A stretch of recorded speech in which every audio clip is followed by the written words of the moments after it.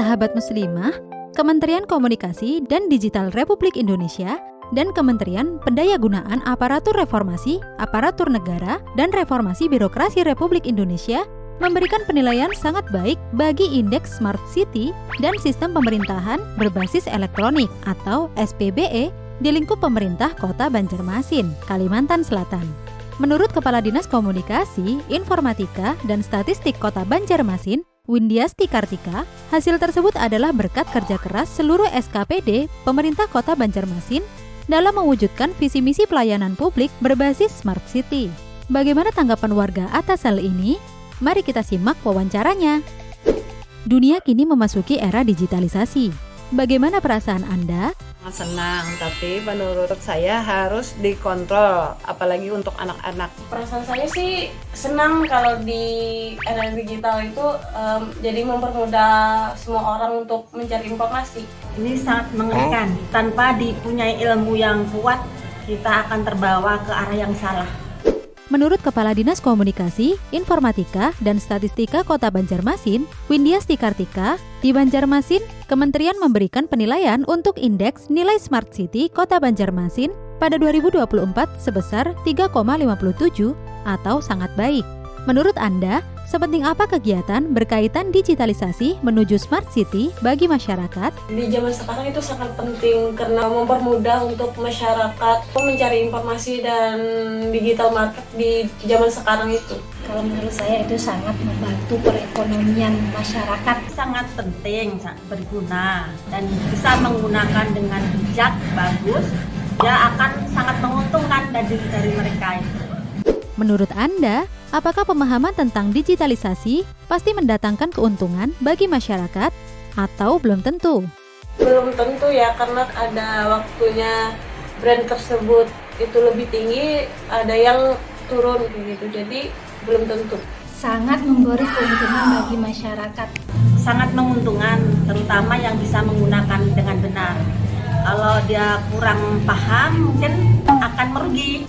Mengapa ada orang yang menggeluti dunia digital namun masih merugi dalam bisnisnya? Belum menguasai pasar. Sebagian orang belum bisa memaksimalkan dan memahami digital market. Kemungkinan pertama promosinya kurang.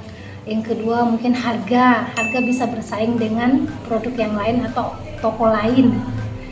Yang ketiga, kita harus melihat pasar apa yang banyak sekarang yang diminati oleh masyarakat.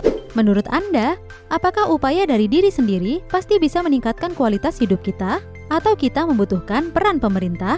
Bisa, tapi untuk lebih maksimalnya kita membutuhkan peran pemerintah. Kalau dari diri sendiri itu bisa, tapi lebih bagus lagi kalau ada campur tangan dari pemerintah. Jadi itu lebih efisien lagi. Kalau dari skala kecil yaitu usaha mikro, insya Allah. Dari skala makro, misalnya usaha besar, baru kita libatkan pemerintah. Apa yang harus dilakukan pemerintah untuk meningkatkan kualitas hidup masyarakat? Harus mampu memahami kebutuhan masyarakat agar meningkatkan kualitas hidup masyarakat. Harus menjamin perekonomian masyarakat agar mereka bisa meningkatkan kualitas hidup mereka. Membantu masyarakat untuk mendukung dan memperkenalkan produk-produk atau keahlian yang ada pada masyarakat itu sendiri melalui digitalisasi yang sekarang ini. Jika kita pikirkan secara mendalam, sebenarnya apa untungnya pencapaian tersebut bagi masyarakat? Faktanya, masyarakat masih jauh dari kata sejahtera loh, sahabat muslimah. Bagaimana ya Islam memandang permasalahan ini? Mari kita simak penjelasannya dari Ustazah. Jangan lupa buat like, komen, dan share video ini sebanyak-banyaknya.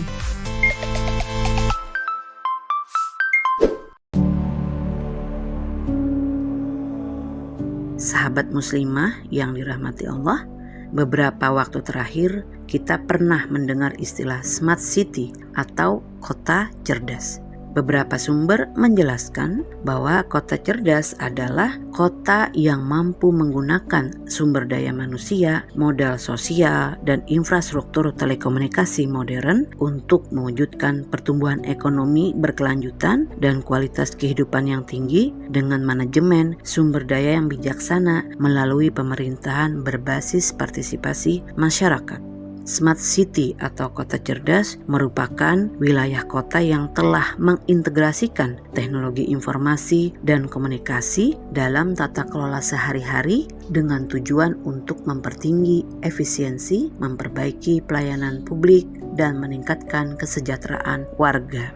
Hal yang perlu diperhatikan adalah fakta yang nampak di depan mata kita, yakni Smart City ini tidak merata karena Smart City menyasar pada kota-kota tertentu dengan basis memiliki sesuatu yang menarik bagi para investor.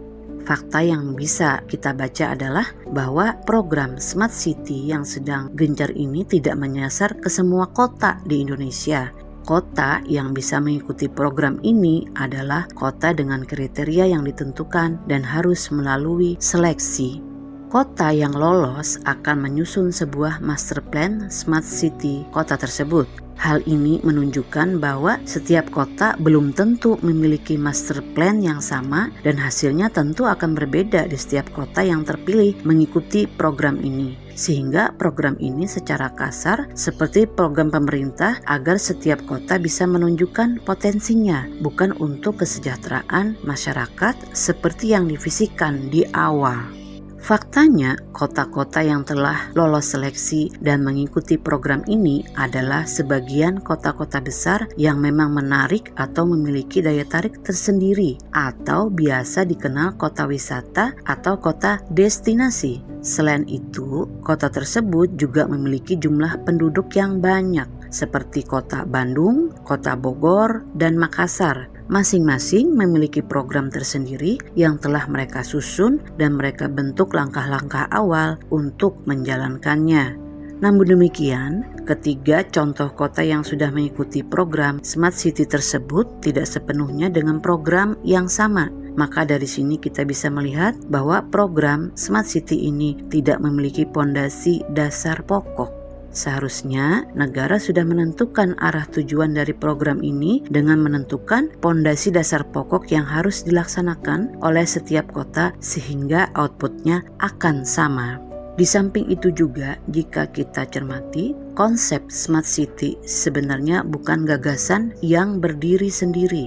Ini adalah bagian dari upaya menciptakan kota yang kondusif bagi investasi. Pasalnya, Smart City yang digadang-gadang mampu meningkatkan kualitas hidup yang lebih baik melalui penggunaan teknologi informasi dan komunikasi, nyatanya tidak dibarengi dengan peningkatan kenyamanan dan kesejahteraan warga negara secara merata dan berkeadilan. Jika kita bahas ketidakmerataan sumber daya dan teknologi, maka sebetulnya keadilan di negeri ini belum tercapai. Sumber daya dan teknologi modern hanya bisa dinikmati oleh sebagian kalangan saja. Perbedaan mencolok akan terjadi pada penduduk kota dan penduduk desa jika Smart City ini hanya menyasar pada kota. Terlebih lagi, jika tidak menyasar semua kota, maka akan semakin meningkat kesenjangan sosial antara masyarakat sehingga akan bisa menimbulkan masalah baru termasuk masalah kriminal.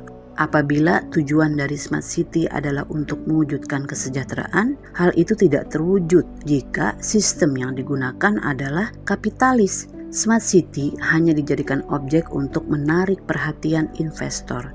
Jika kota dikelola oleh asing, maka potensi monopoli akan memungkinkan. Hal tersebut pula tidak akan membantu semua masyarakat kota bisa menikmatinya, hanya mereka yang memiliki materi yang cukup. Smart City akan mendorong masyarakat dari pedesaan merantau ke kota dan meninggalkan potensi yang seharusnya dikembangkan di desa seperti sektor pertanian, perkebunan, juga perikanan yang memang lekat dengan pedesaan.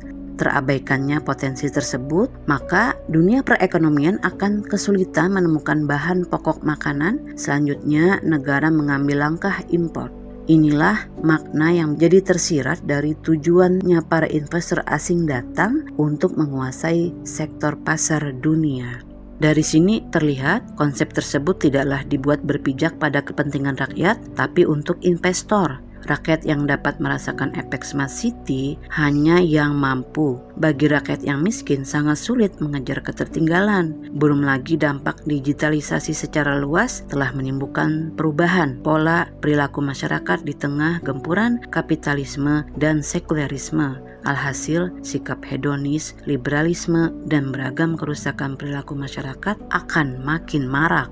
Berbeda dengan Islam, Islam menjadikan rakyat sebagai prioritas, maka kebijakan akan diambil dengan mempertimbangkan kebutuhan rakyat termasuk program Smart City ini. Islam pun tidak menolak kemajuan teknologi, justru sangat mendukung perkembangannya dan digunakan untuk mempermudah pelayanan terhadap masyarakat, termasuk untuk memudahkan ekonomi rakyatnya, bukan demi menarik investor. Penggunaan teknologi akan benar-benar optimal dalam meningkatkan kualitas hidup warga negara. Di samping itu, tentu yang menjadi prioritas negara adalah mewujudkan kesejahteraan seluruh rakyatnya, individu per individu. Di samping itu, negara dalam Islam juga tak lupa memberikan edukasi melalui sistem pendidikan Islam berasaskan akidah Islam. Negara akan mendorong cendekiawan Muslim menciptakan teknologi yang mengedukasi bagi seluruh lapisan masyarakat. Negara tidak akan membiarkan konten-konten yang merusak akal dan jiwa bertebaran di media sosial. Teknologi yang dikembangkan akan mengenal batas. Perannya adalah untuk memudahkan aktivitas manusia dalam menjalani kehidupan sebagai sarana dalam beribadah serta menyebarkan dakwah Islam dan kemajuan Islam. Wallahu a'lam bishawab.